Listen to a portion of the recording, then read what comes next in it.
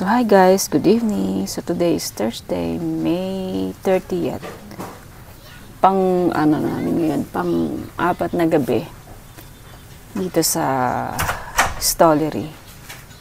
At gusto ko lang muna i-shout out yung mga tita ni Miles na nag-aalala at nagkumusta sa kanya. Si Tita Cleo Mary Barrios, si Tita Cathy Suni, hello Tita, si Setas Mama and Dada. Ito mga friend no, sila ay tracking din sa US naman. Nagba-vlog din sila ng kanilang life sa US. Setas Mama and Dada. Super cute ng baby nila. Tsaka hello kay Tita Rufina Miraflores, hello Tita. Tita Nicasia Mercado, Tita Susan Latcham, Tita Yorica Pine, shout out kay Tita Jenaline Makadangdang, Bells Noji Insight, Tita Remedios Manakop, Tita Mirasol Ninobla, at Tito, nag-isang Tito si Paul Nimeno, hello po. At ayun, ngayong Thursday na ngayon, ang update kay Miles ay baka sakaling makauwi na kami bukas kasi observe na lang siya ngayon maghapon kasi kaninang umaga nag-throw up pa siya ng 2 beses. Kaya pala siya nag-throw up kasi ano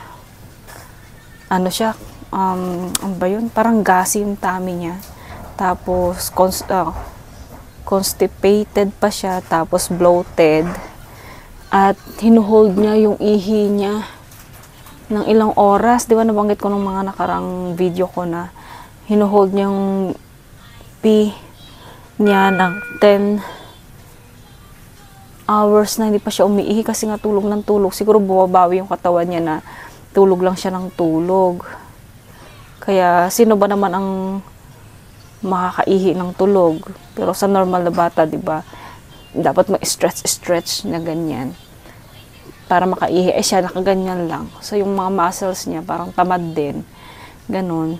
Tsaka ayun, medyo naka-shower na rin ako ngayon kasi okay naman dito ang mga shower, mga friend, no. Mga nakaraan, nag-half bath lang ako. Ngayon talaga naligo ako kasi yung ulo ko ang kati-kati na. Kasi yung mga supplies naman dito mga friend, no, ay ipoprovide nila kung anong gusto mong hingin. Shampoo, conditioner, lotion, yung Vaseline, tapos yung mga moisturizer. Meron sila. Basta hingi ka lang. Tapos towel. Pero nagdala ko ng blower ng buhok. Padala ko kay June. Tapos meron pa nga doon mga friend. Available doon sa washroom. Pang-ahit. Sabi ko, nagulat ako nung tinignan ko yung mga supplies doon. Bakit ka ako may pang-ahit dito? Bakit provided pati mga pang-ahit?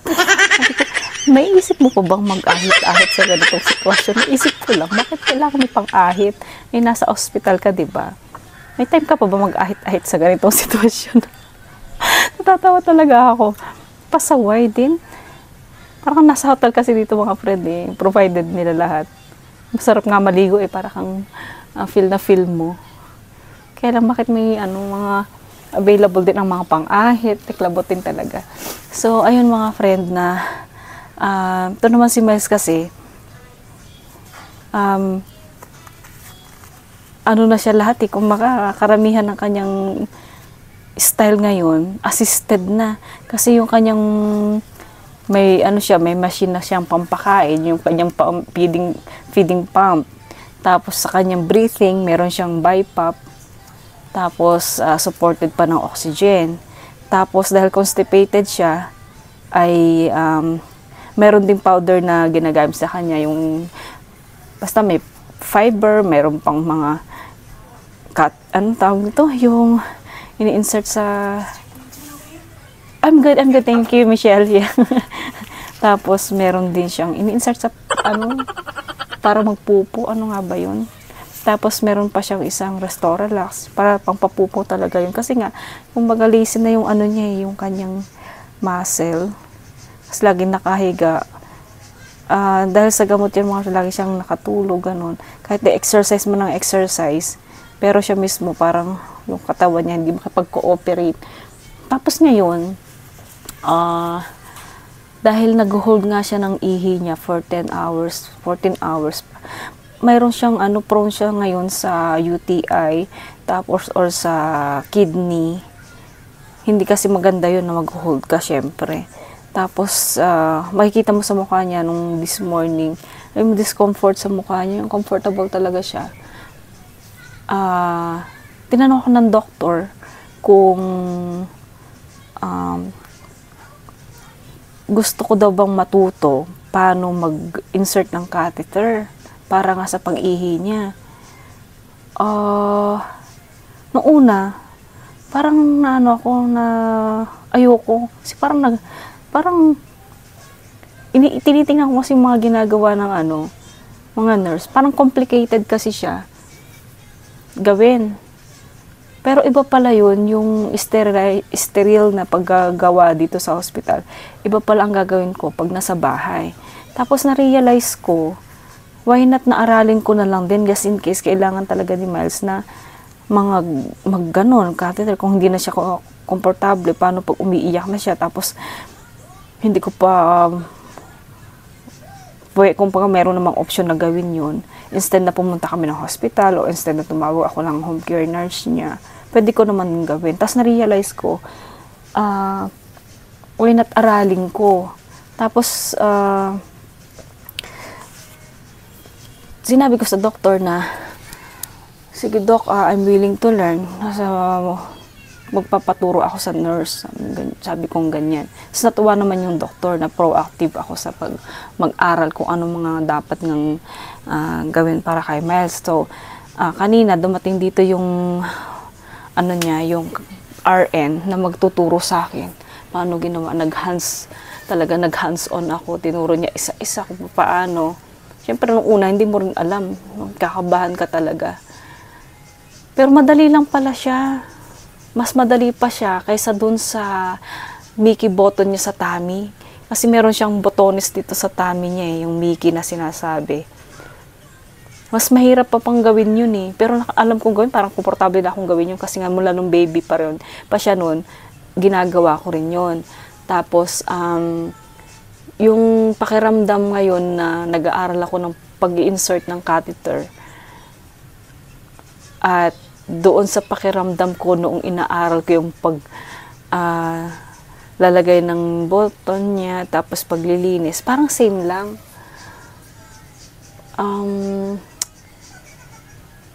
Ganon din yung pakiramdam ko. Pero kasi nung bagong-bago si Miles, yung baby pa siya, parang nakakatakot talaga kasi siyang galawin. Pero, kasi mas yun eh, mas complicated dito, ang dami mong proseso.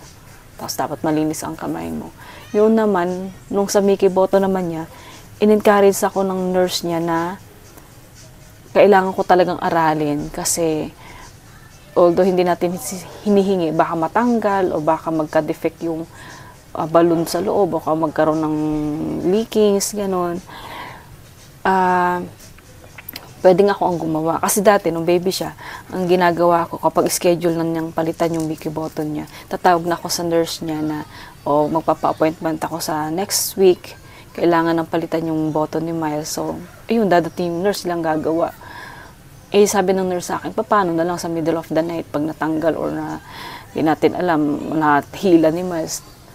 Tapos, kailangan mong palitan, wala kang idea, kaya aralin mo, sabi niya gano'n. Pero hanggat hindi nandito kami, okay naman, gag-guide ka namin. Tapos yun, tinry ko, madali lang pala, hindi mo talaga malalaman na hindi mo talaga malalaman ang isang bagay na kaya mo kung hindi mo talaga susubukan. Kaya, sa tingin mo, parang ang hirap, na parang, ginadjudge mo na parang ang hirap-hirap naman ng gawin, pero pag ginawa mo na pala siya, one at a time, yung isa-isa, maano pala siya, maintindihan mo na, kaya pala. Kasi alam yung mga friend, no, ito yung nung wala pa kaming Ate Miles, halimbawa may nakikita kami sa mall, ako mismo ha, pag may nakikita ako sa mall na isang family na mayroong special needs na anak, ay believe ako, kasi niniisip ko na ang hirap naman ng ano niya, pero kinakaya niya, parang ganun. Kasi kung titingnan mo yung family na yon, ang hirap naman kako ng sitwasyon niya, na parang mayroon siyang may special na bata siya, tapos mayroon pa siyang isang bata. Pero parang normal lang naman sa kanya, pero parang sabi ko, ang bilib din ako sa kanya na kaya niya, parang ganun, parang ihirap, pero parang wala lang sa kanya, parang mahirap, pero kaya naman niya. Pag titingnan ko yung ganung sitwasyon nung nakikita kong family na ganun, parang ano ko na ang hirap, ganun. Pero nung dumating na kami sa sitwasyon na kami na ang mayroong Miles na talagang hindi rin biro yung kanyang needs, yung hindi lang siya isang special na simple, ganun. Parang complex kasi yung sitwasyon ni Miles, complex as in talagang lahat na lang yata may issue. Pero alam mo, nung una, mahirap nga sinasabi ko, walang hindi mahirap sa una. Pero nung naaaral mo na, at ikaw na yung nasa sitwasyon, wala ka naman choice kundi gawin. Wala, kaya mo naman, parang wala na lang, nasa sistema na ng katawan mo na gawin yun, araw-araw ba naman ginagawa, tapos parang wala na lang. So, meron din akong kaibigan, sabi niya sa akin, kung titignan ko, parang ang hirap ng sitwasyon mo. Ako lang titingin, parang alam mo yun, yung parang chain reaction na, parang hirap naman. Sabi ko, hindi rin talaga madali. Walang namang madali sa mundo, kundi pag naaral mo at nagamay mo na, kumbaga, everyday naman ay maaaral mo, everyday natututo ka, everyday natitraining mo yung sarili mo, napapractice mo, parang wala na lang, normal na lang. Ganon, sabi ko ganyan. Parang isipin mo rin, halimbawa na sugat ng kutsilyo, parang masakit, oo, pero kaya mo naman pala, parang ganun. So, ayun mga friend, no, ganun ang ano namin ngayon ni kay Miles. At na-train ako ng nurse ngayon na mag-insert ng catheter sa kanya. 'Di ba? Hindi ko akalain na yung mga pinag-aaralan ng isang nurse ay nagagawa ko ngayon na. Kung tutuusin ay hindi ko naman dapat nga na interesadong pag-aralan. Pero dahil nga kay Miles, alam mo yun, nagiging wide yung knowledge ko, kaalaman ko. Kumbaga ito lang yung bakod ko. Dahil hindi naman yun ang field ko sa mga nursing. Pero umi-expand yung aking kaalaman. Kumbaga, hindi ko akalain na pwede akong mag-insert. Kasi tinanong ko sa doktor, sabi ko, am I allowed na gawin yung ganun? Kasi hindi ako caregiver, wala akong background sa caregiving, ganun. Tapos, hindi naman ako nurse. Yeah, sabi ng doktor. Basta ma-proper training, okay yun. Lalo na binigyan ka namin ng go signal, ng green signal na gawin. Lalo na anak mo naman, ganun. So, ayun. Provided nila yung pang-insert. Nagbayad lang kami ng konti kasi yung anong tawag nito, yung lubricant na gagamitin hindi cover, something ganun. So yun ang binayaran namin. Tapos sa mga susunod yata mag-order na ako, pero i-cover naman yun ng insurance. I-check namin mga ganun. Pero hindi na masyadong mahal. At least, 'di ba? Ayun. Malaking bagay na yun na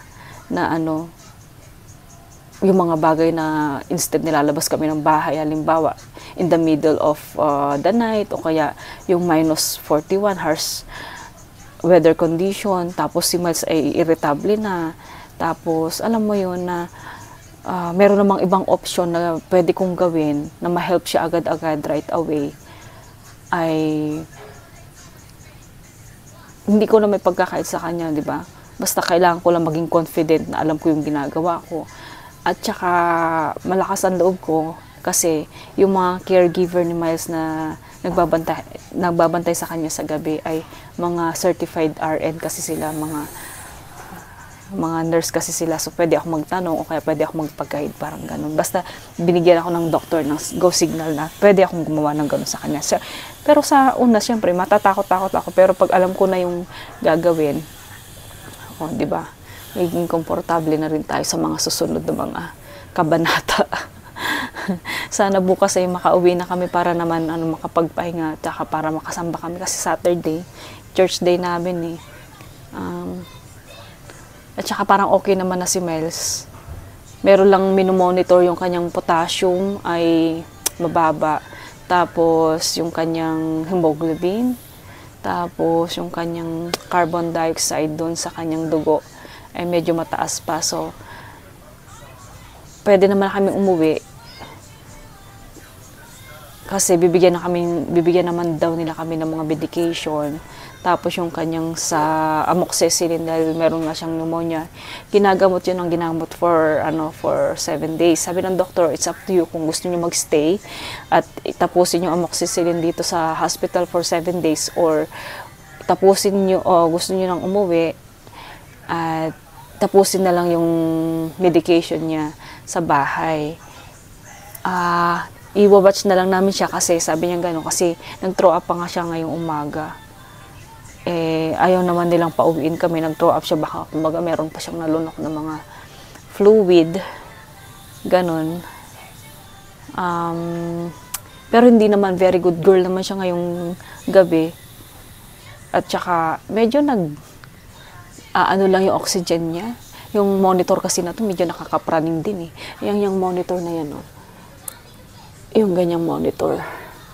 Ayun si Ate Merso. Yung ganyang monitor, na nakalagay yung kanyang oxygen, ilan yung pulse rate niya, ganyan. Medyo nakakapraning kasi yan eh. Minsan ay ting ting ting ting ting, medyo nagbibip na ganun. Nakikita ko 86, ganyan. Pero in-explain naman sa amin ng doktor na pag nasa bahay, wala namang monitor. Ikaw talaga magja-judge sa kay Miles kung okay siya. Kasi may monitor ako, yung nilalagay lang sa daliri na gano'n yung sa Amazon. Pero hindi naman 24 hours na may monitor na ganyan. Siyempre, kapag may monitor, alam mo na bumababa yung kanyang heart rate or kanyang oxygen or mataas, mga ganun ba.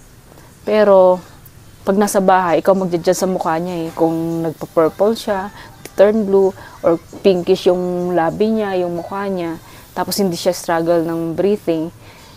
At, ayun, good thing na lang na meron kaming oxygen para kay Miles. Kaya sakaling gusto niya, meron kaming naka-ready na oxygen. Ayun, dito napakaganda ng medical talaga benefit nila, health benefits kasi provided nila. Ano pang may hiling po mga friend? Although life is not easy, lahat naman ng tao hindi naman wala namang madali sa buhay, di ba? Pero yung mga ganitong mga benefits ng Canada, kumbaga nakakapag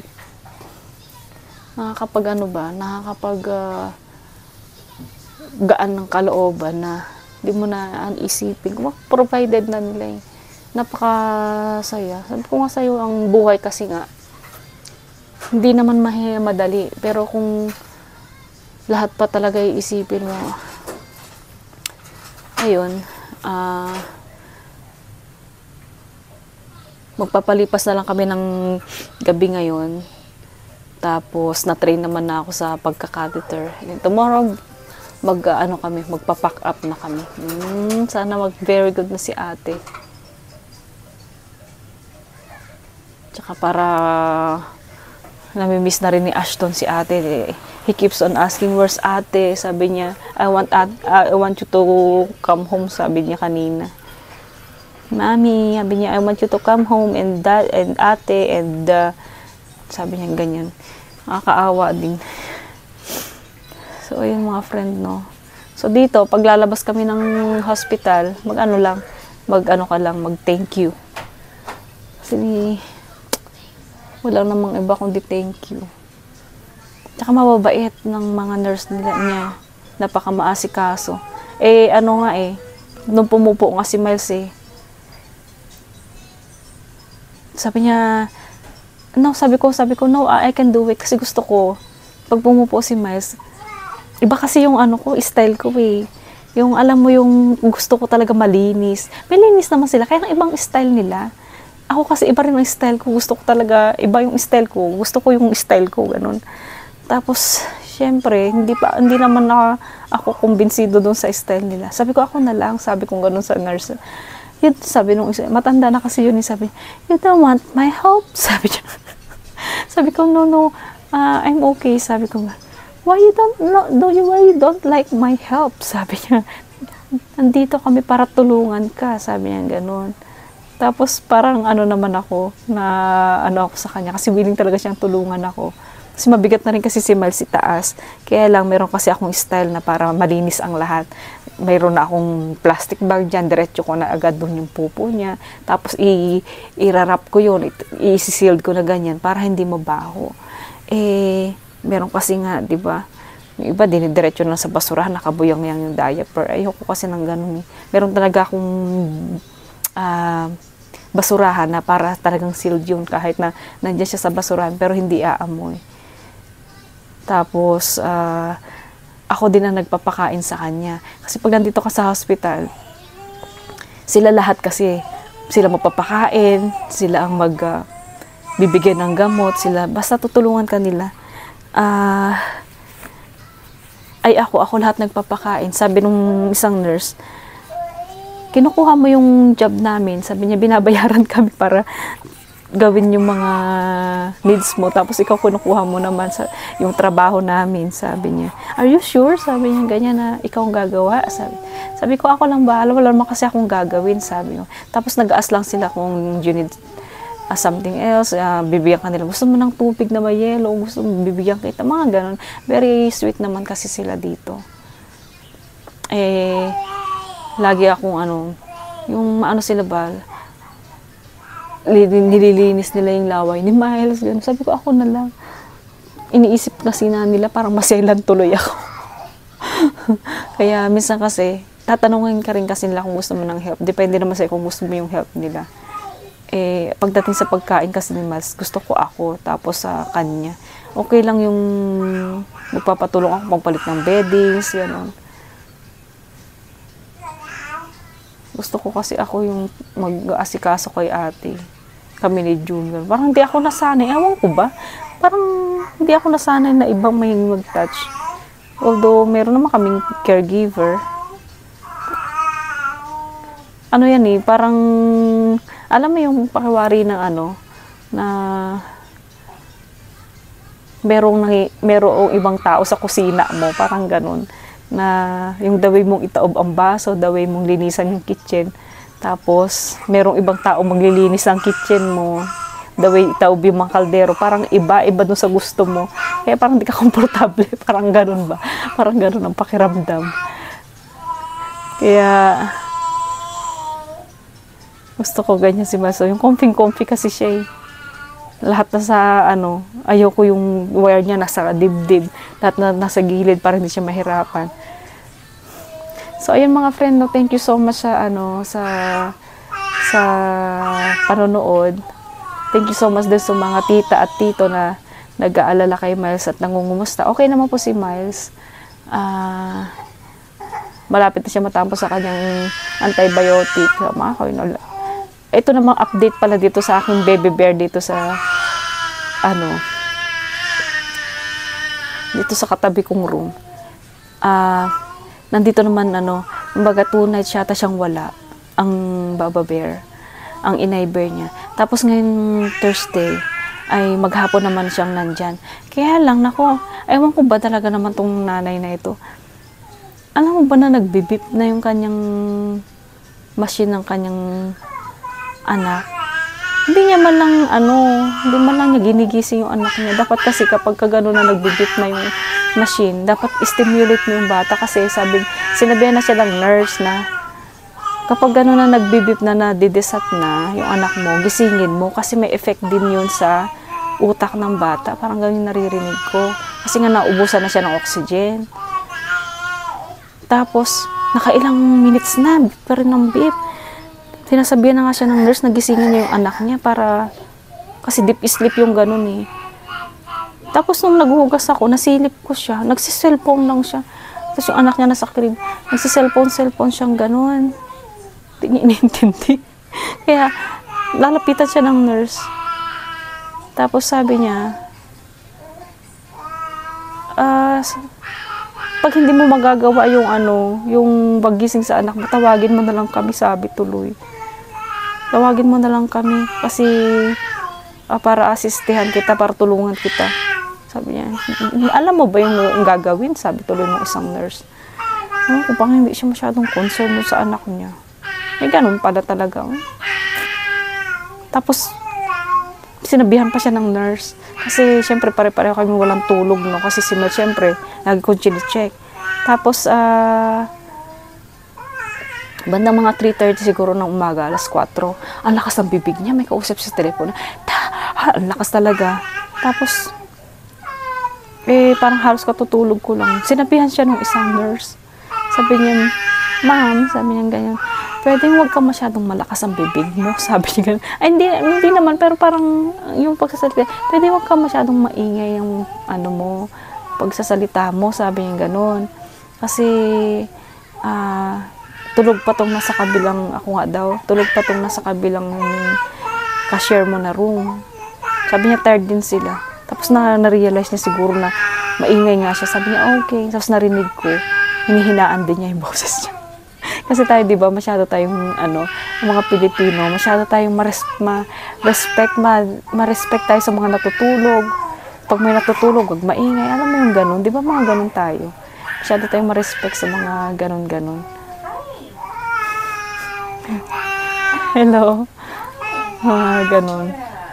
Ay, iniwan na naman niya. Pero nandito siya maghapon eh. Baka lumabas siya, baka kumuha ng pagkain or something. Umiiyak ng bata.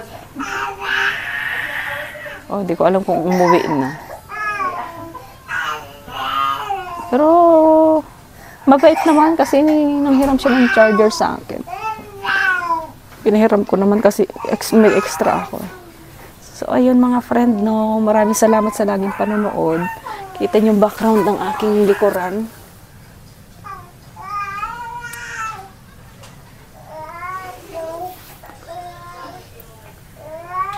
Wala na masyadong tao. Thank you so much for watching. And sana lagi kayo mag-iingat, maging healthy. Laging healthy, ingat and pray. Kaya natin to. Kaya. Anong tawag? Fighting! Parang ganun. Fighting! Diba? Parang Korean. Bye! Sa uulitin. Salamat!